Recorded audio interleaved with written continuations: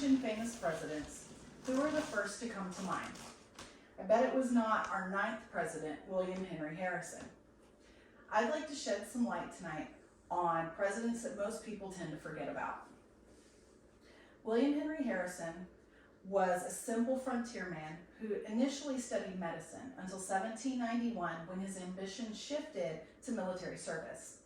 He served as aide-de-camp for General Wayne in the Battle of Falling Timbers, which opened Ohio for colonization.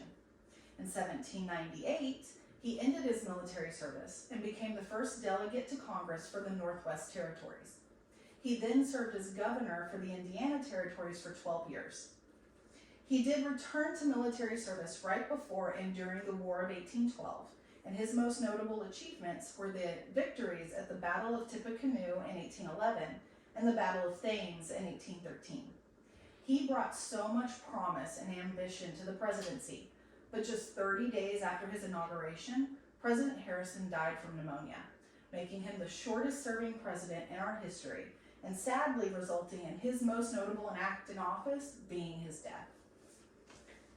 The next president I want to bring up is our 21st, Chester A. Arthur. He was an honorable and respected lawyer in the state of New York, and even served as quartermaster general during the Civil War. In 1871, President Grant appointed him the collector of the Port of New York, and there he successfully managed the employees of the Customs House and became a supporter of Roscoe Conkling and the stalwart Republicans. When President Hayes attempted to reform the Customs House, Arthur lost his position, but he was given the nomination for vice president through the 1880 Republican Convention.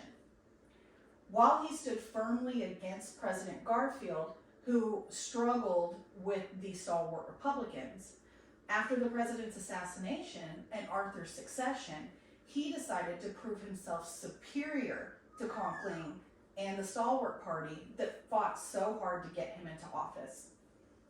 As president, Arthur did many things for our country, including the creation of the Pendleton Act, which protected employees from politically fueled termination, to the Tariff Act of 1882 that lowered tariff rates and reduced embarrassing revenue surpluses in our country. He also created the first federal immigration law, which excluded paupers, criminals, and mentally ill persons from entering our country. He did lose his re-election in 1884, but it is believed that he did not want to serve another term due to a fatal kidney disease diagnosis. He died just 2 years later.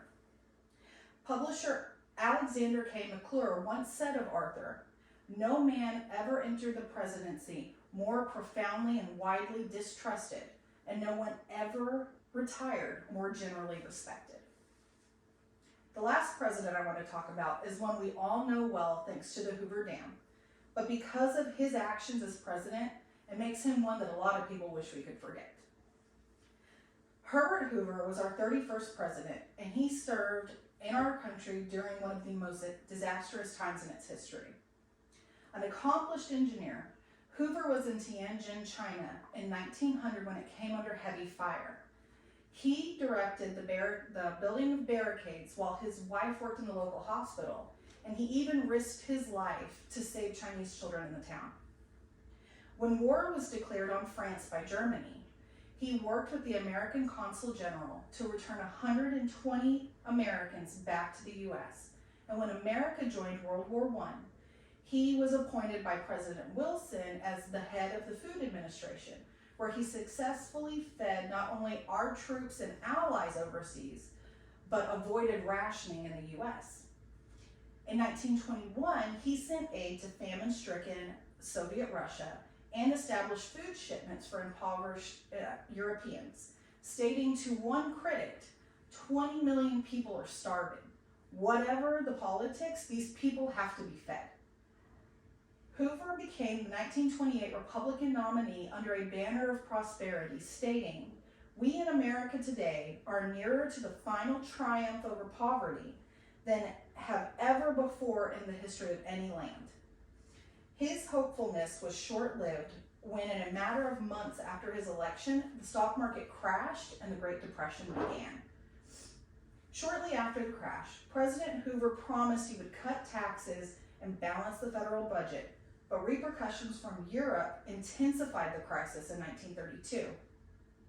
He reaffirmed that while people shouldn't suffer, the local governments and volunteer agencies should be the ones responsible for taking care of them. At the same time, he was asking Congress to spend more money at a federal level. While his actions were an attempt to stabilize the economy by offering aid to farmers and aid to states feeding the unemployed, his callous views towards the federal's involvement in aid to the communities painted him as a cruel president. It even led to the shanty towns that were popping up across our country being called Hoovervilles.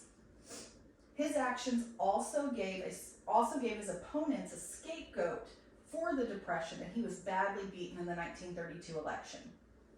He went back to his humanitarian work, but he was asked to come back and aid Presidents Truman and Eisenhower in reorganizing their executive offices. All the research on these presidents was done through whitehouse.gov with information courtesy of the White House Historical Association. After learning about these men, I have realized that even the least notable of leaders still have strong, deep roots in our country and deserved the titles they were elected to. If you haven't before, I urge you to go and look up some presidents you're not familiar with. Not only will you better understand our country's history, but you may develop a whole new respect for the highest seat in office. Nice.